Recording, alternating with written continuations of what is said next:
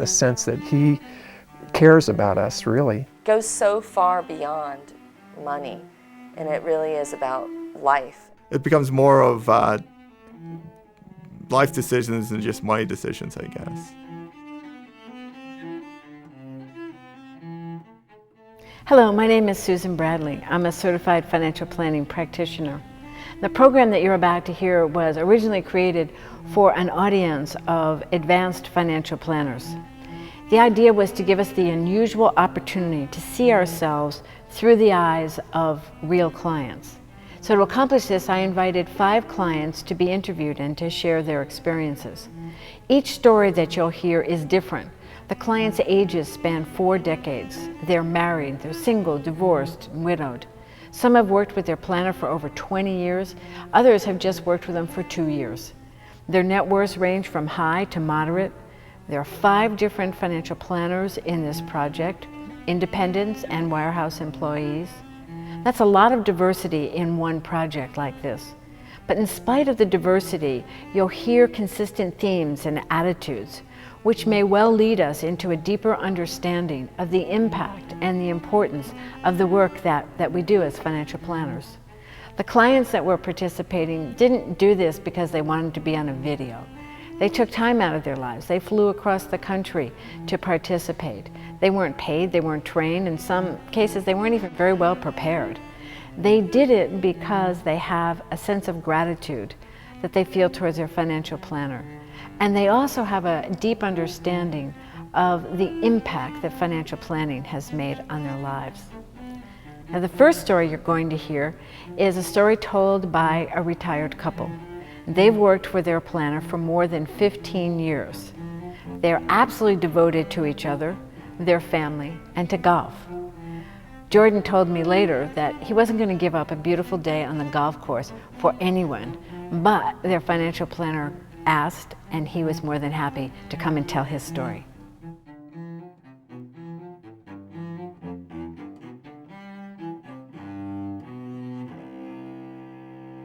We met while we were teenagers in Old Orchard Beach, Maine. And I fell in love immediately, and it took her 2 years to reciprocate. We eloped. We've actually been married 3 times.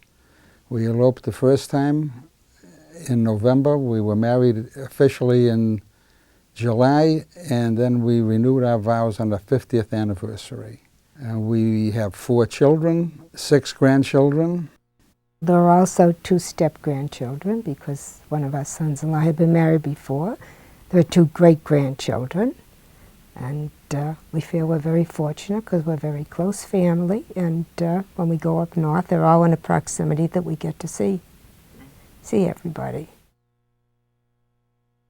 In 1954, I had the opportunity to go into Barbara's father's business, which was shoe manufacturing, which I did, and her father and his partner retired or decided to retire in 1959. We were bought out by Moore Shoe Company, a company in the New York Stock Exchange, in 1969. I continued on until my retirement in 1990 as president and CEO. And when that happened, I took my golf clubs out of storage and went back to Florida, and I've tried to make a living on golf unsuccessfully since then. There was a closeness and a feeling of comfort with both Rich and Gail that caused me to decide to use Rich and Gail as financial planners. My feelings when I was much younger, and a family doctor at that time versus an internist today. Today I have an internist. Years ago I had a family doctor, and I was more comfortable with the family doctor who seemed to be not only concerned about my health, but about my all aspects of comfort, and it's just a real comfortable feeling, and I got this feeling with Rich and Gail on financial planning. It isn't just business. It's caring about who you're dealing with and providing services that go far beyond doing a great job on financial matters. We discuss a lot of things with them. Family, kids, finances. I mean, it's just like you're with friends as well as somebody who's helping you with your finances. And that's very important. Well, no, I'm not naturally inclined to get involved. I'm much more inclined to let my husband do it. I have to be honest, but I'm not proud of that fact. But Gail is very adamant, and rightly so, and I appreciate the fact that she tries very hard to make sure I understand everything that they're talking about, and she explains it very carefully, no matter how elementary she thinks she might be saying it. She doesn't lose her patience at all, and I do appreciate that a lot.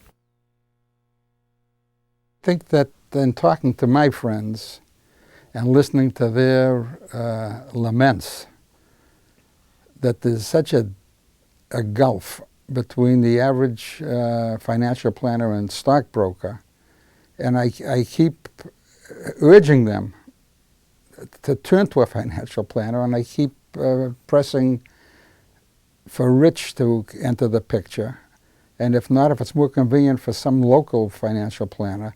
But it's incredible what they experience in terms of very cold and personal service. And it's not that the results aren't good at various times, because obviously when the market's going up, everyone is a hero. But it's when the market's going down and things aren't so rosy that the financial planner really lends this comfort feeling that is very soothing and satisfying. I guess it allows me to golf better. I mean, I have nothing.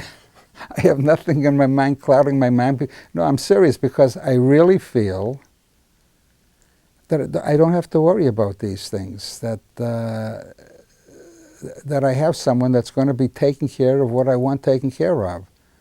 It's just as I said before, it's just a real comfortable feeling. And also something that we don't like to think about, but I know he does think about, is that if something should happen to him before me, that there's somebody who cares about me. I think of the days when Barbara and I may not be here anymore. We may be golfing in heaven. And I'm counting on Rich and Gail to provide guidance for our children, right? Absolutely. We are counting on Absolutely. that. Barbara and Jordan understand that they're fortunate in many ways. They count the relationships that they have with their financial planners as one of the important blessings in their lives. Next, you're going to hear from Josette, and she is a woman that went through 4 major life transitions in 4 years. That's the 4 years that she had been working with her financial planner. Josette credits her financial planner with helping her understand that she is resilient and that she can make it through any challenge that life hands her. Listen to her story.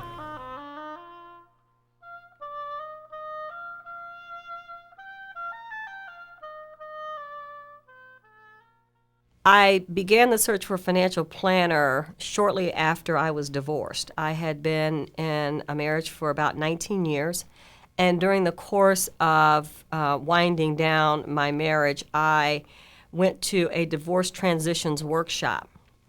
And during the course of that workshop, I ran into a woman who subsequently became a therapist for me as I went through the rest of the process, and I was explaining to her how I didn't know what to do with my money. I didn't know what to do with some stock options and some other benefits that I had from the company that I was working for. And she suggested to me that I call Cicely. And probably a week or so later, I called Cicely and went in for my first meeting with her. It was great. The first meeting really made me feel very comfortable. I had been at a company that provided financial services to their executives, but I never really felt comfortable with the people that the company retained to serve us. It wasn't that they didn't do a good job, but I didn't have any real relationship with them, and I didn't feel any real connection to them. And I don't really think they got to know me other than someone who had a portfolio of X number of dollars and will do your taxes for you, and that's it. I think that the expectations that I had of a financial planner were not positive. from my experience with what the company had provided for us, I didn't feel like financial planners really got to know their clients. So I kind of had a negative impression or expectation going into it. I also had the expectation that they would try to sell me products. And I was really resistant to the idea of buying products. I wanted to know about financial planning as a discipline as opposed to an opportunity to buy something that they had for sale. So when I got to Equus, I really was surprised because none of what I thought was going to happen happened. They were asking me questions about what did I want out of my life, and how old were my children, and what kind of colleges did they want to go to, and what was the most pressing thing or the most pressing need that I had at that point in time. They asked me questions about what were my ideas about money.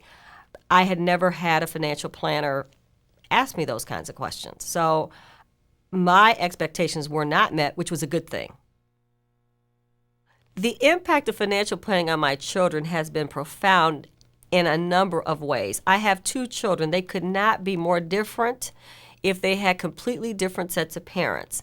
I have one child, my oldest child, who cares nothing about money, who wants to be a starving artist and kind of looks forward to that. I have another one who is a budding millionaire who was addicted to The Apprentice because he was convinced that he could go on the show right then and there. But each of them had a certain amount of anxiety during the various transitions that I've gone through. The divorce, I have a chronic illness, and then I had a bout with cancer, and then I lost a job, voluntarily, but lost a job nonetheless. And so they had a certain amount of anxiety around, where's the money going to come from? How are we going to live? Will we be able to go to college? What colleges will we be able to go to? And I sat down with them shortly after I started working with Cicely and told them that I was working with a woman who was going to make sure that we were going to be fine, that I was going to be able to take care of myself, that they would indeed be able to go to college, that we would be able to take vacations, and that they needn't worry financially. They have met Cicely and her husband, and they have just been bowled over, and they have complete confidence. Although my little one will occasionally say, "Mom, when are you going back to work?" As I went through the various transitions, I had different inner experiences. But there was one experience that was common to all, and I didn't even know what it was until Cicely told me what it was, and it's resilience. And I never really thought of myself as resilient as much as I thought of myself as stubborn and mule-headed, and that you just couldn't keep me down because I was just too bullheaded to do it. But Cicely shared a book with me about resilience and that ability to understand the circumstances that you're in, marshal your resources, whatever they are, have a plan, and keep moving.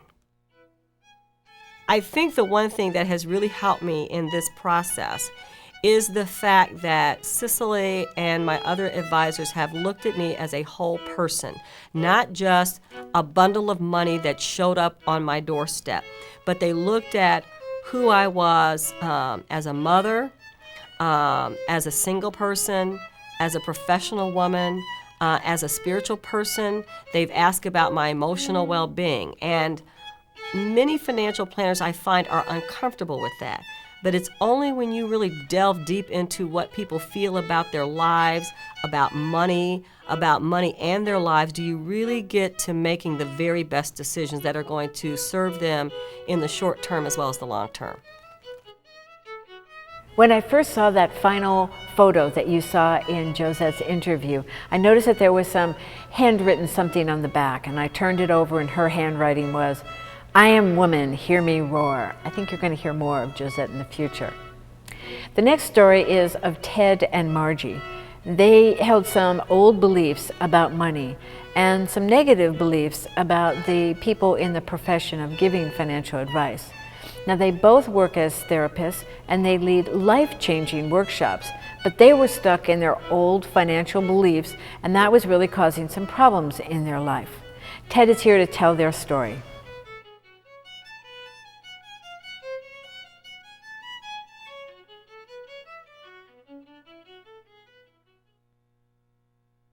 I came from a background where you didn't have to worry about money because there wasn't any. I mean, it wasn't even a consideration, especially in terms of what do we do about the future. And the people who were successful in our family basically were taken care of. My dad was in government work. So basically, if you just stay there long enough and work long enough, you don't have to worry about it. So I went into education, which provides the same kind of security. You know, unless you really screw up, they'll take care of you. And my first experience with investing was we were supposed to do tax-deferred annuities, and I did that for about 12 years, and then that company went out of business. So I had this whole thing about I can't depend on those kinds of people. I didn't even know what that meant. And then we went into our own business after a period of time. And Margie, both of us came from that kind of background where no one ever talked about the future or retirement or anything like that because you didn't have to worry about it. And so we didn't worry about it much. We went into a business which is very humanistic in the sense of doing good things for good people and for all the right reasons and so on. And somehow we felt like karma, the law of karma would apply to us, which is sometime because you've done all these really good things, the universe will provide for you. And for a long time, and I think we also felt we're children of the 60s and 70s and felt like money was somewhat tainted and the people with it. The turning point, there were several turning points, one of them being that our fantasy that we had been carrying around, we do enough good things for enough people for the right reasons, and the universe will provide for our future, seemed to come true when a gentleman came up and said exactly that. You've been really good people. I've seen the good work you do. How would you like to live the rest of your life not having to worry about the money? And of course, that sounded too good to be true, and I said so. And he insisted that that's what he wanted to do, and he had more money than he could ever use. He wanted to do it because it was the right thing to do. He wanted to do it for us. And unknowingly, this had filled in sort of this myth that I had believed of, we really are good people, we've been doing the good things. And he promoted that would be true, and he and his wife wanted to do that. You know, being therapists, we go, are you sure you want to do this? What's your motive? All those kinds of things. And all that checked out, and all of his advisors said this is what he wants to do, and we have no problem with him doing that.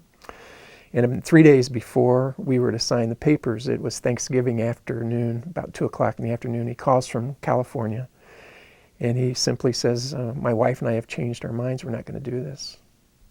And the fall from that was very deep. And I thought, in that moment, I thought, there's something wrong with my thinking. I don't know what it is. But somehow I believe this is how the universe worked. There's something I don't understand, but I didn't know what that was. We had provided a workshop for widows, recent widows, and all expenses paid, whether they could afford it or not. We just wanted to do this, and we had about 8 widows of people that we knew, both people who worked for us and people who came to get some of our services. At the end of this workshop, one of the ladies, an 82-year-old wise lady, stopped me in the hallway, thanked us for what we were doing. She said, I don't know how you do this. You're always doing things like this. You know I could have paid for this myself. She's one of the most wealthy ladies in the United States. And she said, I'm a little scared and I'm worried about whether you and Margie are taking care of yourselves. And I said, well, of course we're taking care of ourselves. We didn't just assume that the universe we'll take care of our part, the universe will take care of your part. And she paused for a moment and said, well, I hope you're right for your children's sake.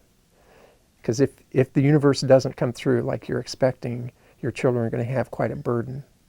And there was this long silence. I'd never thought about that. I never thought about it not coming true. But in the context of this other thing that didn't happen, it was like another message. And she paused then and she said, I think I know what your problem is. Your problem is that you don't believe you deserve more than you need.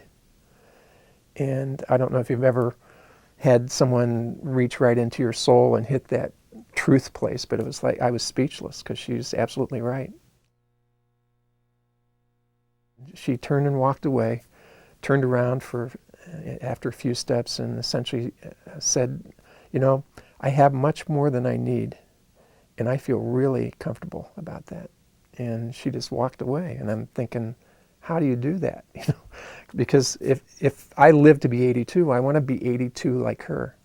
So there was something about her grace with it all and her peace with it that sort of struck me. So for about the next 8 months to a year, everybody I could corner, I would sort of tell them the story, and then I would ask them that question, and I began to find out what I thought was pretty remarkable stuff, that I talked to about 30 people, and only one person admitted to having more than they needed. Go to this workshop. One of the things that happens in it very quickly is we talk about goals, and I said, our goal is to retire, knowing in the back of my mind that we weren't doing what we were supposed to do to be able to retire. And Rick said, well, what would that look like? And I just went blank. Like, I haven't thought about that. And then suddenly in my mind comes this vision of all the people who have come before me who have retired. And what retirement meant to me was we quit. And the next thought is, I don't want to quit. And then the next thing that became really obvious, I bet that's why I haven't sent the check in, because I don't want to quit. And he asked a couple more questions, and suddenly I began to get the vision that I could make retirement mean what I wanted it to mean. And to me, what that meant is I do only what I want to do, when I want to do it, with the people that I want to do it with. And it's like, I like that. And there was a certain freedom with that. Then I went back to the place where we were staying. I sort of shared this idea. I asked Margie, what would retirement mean to you? I sort of did the Rick thing on her. And we got very excited about what this could mean.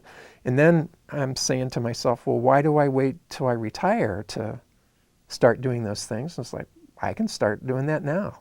This happened like 2.5 years ago, and it's been an incredible journey. In many ways, I'm living my retirement, which is I want to do what I want to do with the people I want to do it with. And I don't have to wait till I retire. And what I realized recently is I may not even be alive when that time comes, but I'm getting a lot of the satisfaction of retirement by living my life that way now. One way of doing that was to ask the question, if you knew you only had 24 hours to live, what would you be sad that you had not done? And just recently, within the last week or so, I got a prognosis from the doctor that shook me pretty much to the core. And I thought, well, how would I answer that question today? And the amazing thing about it is the three most important things to me in my life are my 2 children and my wife. I thought, I don't have any unfinished business. And that is really a result of the financial planner essentially saying, helping me determine what's really important. Ted's tough news from his doctor came just the day before we did this video. It was a profound experience for me to learn that he credited his financial planner with the sense of well-being that he has now, because he's been living the retirement dream that he probably would have put off for years if it hadn't been for the work that he did with his financial planner. It gives us all a heads up that the work that we do with our planners penetrates far beyond what we can really see and appreciate in the normal client relationship. The next person you're going to hear from is Michael, and Michael received a personal injury settlement about the same time that he was graduating from college. He had no experience managing money, he was extremely risk adverse, and he was really fortunate that he found a good financial planner through some family friends. Now, the odds of a settlement recipient still having their money and having been growing their money and living well as a result of it after 20 years of receiving the money is extremely low. Michael has beaten those odds by a wide margin, so listen to his story.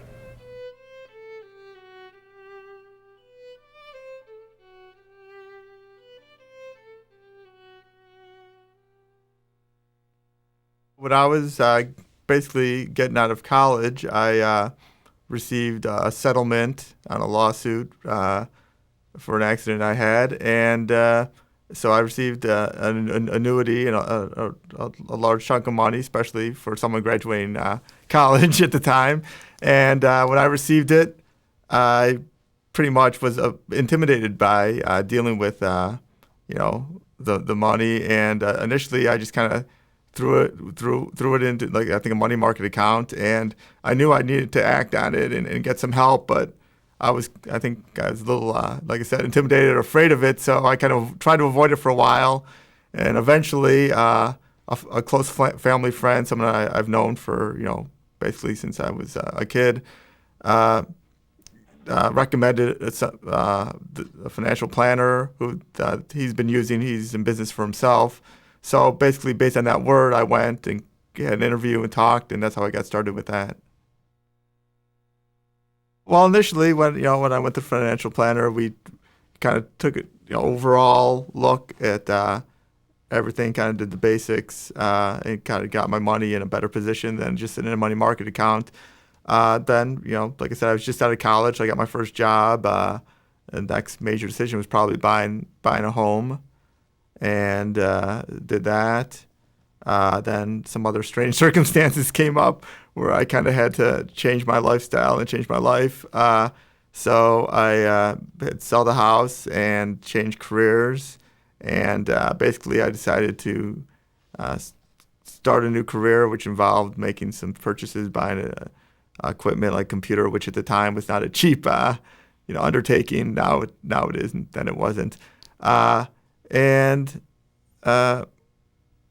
So basically got on that path, kind of moved my location, changed my lifestyle, and ended up starting my own business, which is grown, and I've had for almost 10 years now, and been pretty successful at that.